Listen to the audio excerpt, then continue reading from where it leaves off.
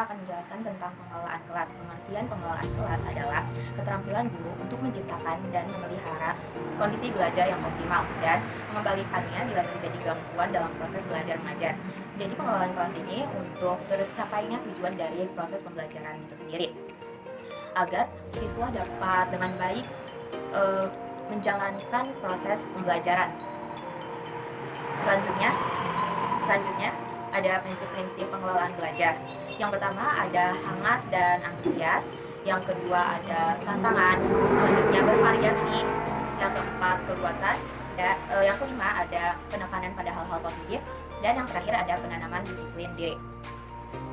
Jadi maksud dari prinsip-prinsip ini, yang pertama kan hangat dan antusias. Maksudnya guru yang hangat dan akrab dengan peserta didik akan menyebabkan peserta didik itu antusias pada tugasnya atau pada aktivitas dalam proses pembelajaran itu sendiri. Selanjutnya tantangan.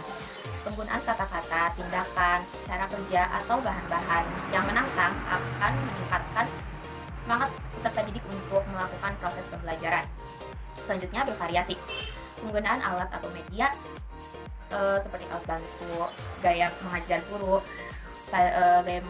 terus interaksi guru kepada siswa itu akan mengurangi kejenuhan siswa dalam proses pembelajaran itu sendiri dan mengembalikan kondisi proses pembelajaran itu dengan baik. Selanjutnya keluasan tingkah laku guru untuk mengubah strategi mengajarnya dapat mencegah kemungkinan munculnya gangguan peserta didik, serta menciptakan iklim belajar mengajar yang efektif. Selanjutnya penekanan pada hal-hal positif. Penekanan pada hal-hal positif ini maksudnya guru harus menekankan hal-hal positif yang ada dalam diri siswa. Jangan mengomentari hal-hal yang negatif yang ada di peserta didik itu saja. Jadi misalkan menekankan hal-hal positif seperti siswa itu bisa menggambar dengan baik, bagus gambarnya. Jadi guru itu harus menguji siswa itu aja gitu. Terus tapi kekurangan siswa ini gak bisa matematika gitu ya, jadi menghitungnya kurang. Terus jadi guru itu jangan mengomentari siswa ini gak bisa matematika, jadi jangan dicap bodoh gitu. Terus selanjutnya penanaman disiplin diri. Tujuan akhir dari pengelolaan kelas adalah anak didik dapat mengembangkan disiplin diri. Karena itu, guru sebaiknya menjadi pribadi yang disiplin juga agar menjadi teladan bagi siswa itu sendiri. Ketika guru disiplin, maka siswa akan dengan sendirinya mengikuti tingkah laku. Penampilan ada klasifikasi administrasi kelas. Klasifikasi administrasi kelas ada dua macam, yaitu administrasi panjangan dan administrasi di atas meja guru. Administrasi pajangan atau dinding ini meliputi papan absensi, terus tata tertib sekolah, daftar pelajaran, daftar piket siswa, struktur dan organisasi kelas, denah kelas, terus grafik absensi, grafik kemajuan siswa, gambar lambang negara, presiden dan wakil presiden Republik Indonesia, papan panjangan, gambar dan atau hiasan dinding sebagai media pembelajaran. Itu untuk mengelola kelas itu sendiri agar peserta didik itu nyaman berada di dalam kelas, karena suasana kelasnya yang mendukung terutama untuk anak SD, seperti gambar-gambar lukisan ya seperti itu.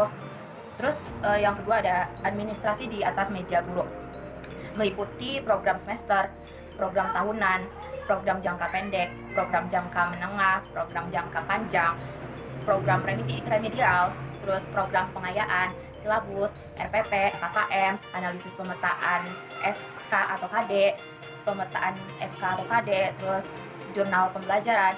Nah, dengan adanya administrasi di atas meja guru itu, jadi guru itu dapat mengolah kelas dengan baik sehingga tercapai proses pembelajaran itu sendiri. Dan peserta didik dapat melaksanakan proses pembelajaran. Selanjutnya, hal-hal yang perlu diperhatikan di dalam kelas. Yang pertama itu ada pengaturan tempat duduk. Yang kedua ada pengaturan alat-alat pengajaran seperti perpustakaan kelas, alat-alat peragam media pengajaran, papan tulis, kapur tulis, dan papan presentasi. Yang ketiga ada penataan, keindahan, dan kebersihan kelas. Yang terakhir ada ventilasi dan tata cahaya kelas. Dengan adanya hal-hal yang perlu dengan adanya apa yang diperhatikan di dalam kelas ini, sehingga kondisi kelas ini atau lingkungan kelas dapat dapat membuat nyaman peserta didik dan guru ini untuk melaksanakan proses pembelajaran, sehingga pengelolaan kelas ini berarti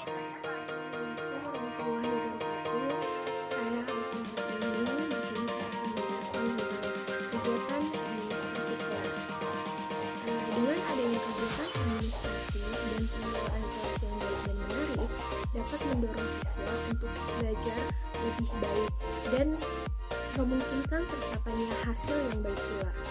Lalu terdapat 8 aspek pengelolaan kelas, yaitu yang pertama, mengecek kehadiran siswa, yang kedua, mengumpulkan hasil pekerjaan siswa, tiga, pendistribusian bahan dan alat, yang keempat, pengumpulan informasi siswa, yang kelima, mencatat data siswa, yang keenam, penelitian arsip, yang ketujuh, menyampaikan materi pembelajaran, lalu yang kedelapan, memberikan tugas atau PR. Lalu ada beberapa kegiatan yang dilakukan dalam rangka pembinaan siswa, yaitu yang pertama, orientasi siswa baru, kedua, pencatatan siswa di kelas, ketiga, pembinaan disiplin siswa, lalu yang keempat, pengaturan kehadiran siswa berupa papan harian siswa. Assalamualaikum warahmatullahi wabarakatuh. Perkenalkan, nama saya Alia dari kelas 2C. Di sini saya akan mempresentasikan tentang pengelolaan laboratorium. Dapat kita ketahui bersama, laboratorium diciptakan untuk menunjang pembelajaran siswa kelas. Ada banyak macam laboratorium, diantaranya ada laboratorium komputer, laboratorium IPA, laboratorium kimia, fisika, biologi, dan laboratorium bahasa. Pembangunan ruang laboratorium tidak terlepas dari yang namanya perencanaan ruang laboratorium. Ada 4 perencanaan ruang laboratorium. Yang pertama ada perencanaan kebutuhan jenis laboratorium yang diperlukan sesuai dengan tuntutan kurikulum yang berlaku. Misalnya di sekolah dasar, kurikulum sudah memberlakukan yang namanya pembedahan pada katak dan pada katak. Berarti di sini sekolah dituntut untuk mempunyai laboratorium IPA untuk siswa gunakan dalam membedah katak. Yang kedua ada perencanaan kebutuhan jumlah laboratorium berdasarkan jumlah siswa dan kelompok belajar yang akan memanfaatkan laboratorium tersebut. Jadi antara jumlah siswa dengan jumlah laboratorium harus seimbang. Misalnya ada 2 kelas yang akan memperlakukan praktikum dan harus menggunakan laboratorium. Maka di sini dapat dipastikan laboratorium harus sama jumlahnya, baik dari segi alat, fasilitas untuk menunjang praktikum siswa tersebut. Yang ketiga ada perencanaan kebutuhan tanah untuk membangun laboratorium sangat diperlukan. Yang keempat, perencanaan alat kebutuhan alat laboratorium sesuai dengan jenis dan jumlah siswa. Berarti di sini dapat dipastikan bahwasannya laboratorium komputer dibuat berisikan komputer-komputer yang sesuai dengan jumlah siswa yang akan memakainya.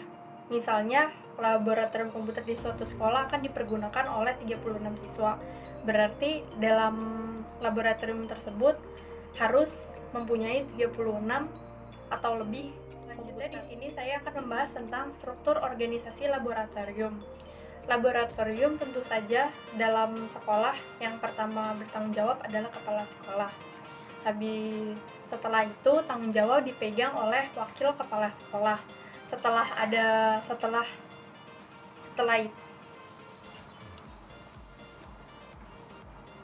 Selanjutnya di sini saya akan menjelaskan tentang struktur organisasi laboratorium. Jadi dalam sebuah laboratorium ada beberapa penanggung jawab dari mulai struktur atas sampai struktur bawah. di mana struktur atasnya yang pertama tentu saja adalah kepala sekolah bertanggung jawab langsung terhadap pengelolaan laboratorium. Yang kedua, tentu saja ada wakil kepala sekolah. Setelah dari wakil kepala sekolah akan ada yang namanya koordinator lab. Koordinator lab dalam satu sekolah berarti orang tersebut memegang koordinasi antara lab IPA, lab IPS, ataupun lab bahasa dalam satu sekolah. Setelah itu menjurus ke masing-masing koordinator labnya. Misalnya koordinator lab IPA, ada koordinator lab IPS, dan koordinator lab bahasa. Setelah itu baru menjurus lagi ke beberapa bagian, yaitu ada teknisi, dan tentu saja ada guru yang bersangkutan dengan mata pelajaran yang mengharuskan mempergunakan laboratoriumnya. Ada hal-hal yang harus diperhatikan dalam membangun sebuah laboratorium. Seperti yang tadi sudah dijelaskan, bahwasannya pembangunan sebuah laboratorium tidak terlepas dari yang namanya perencanaan. Ada Peraturan Menteri Pendidikan Nasional Nomor 24 Tahun 2007 yang disahkan pada tanggal 28 Juni yang berisi bahwasannya nomor 1, laboratorium tidak boleh dibangun di arah mata angin. 2. Lokasi laboratorium dibuat jauh dari sumber air dikarenakan mencegah pencemaran air diakibatkan limbah dari laboratorium. Yang ketiga, laboratorium harus mempunyai saluran pembuangan tersendiri. 4. Lokasi laboratorium harus terpisah dari bangunan yang lain. 5. Letak laboratorium pada bagian yang mudah dikontrol dalam kompleks sekolah. Sekian dari saya. Assalamualaikum warahmatullahi wabarakatuh.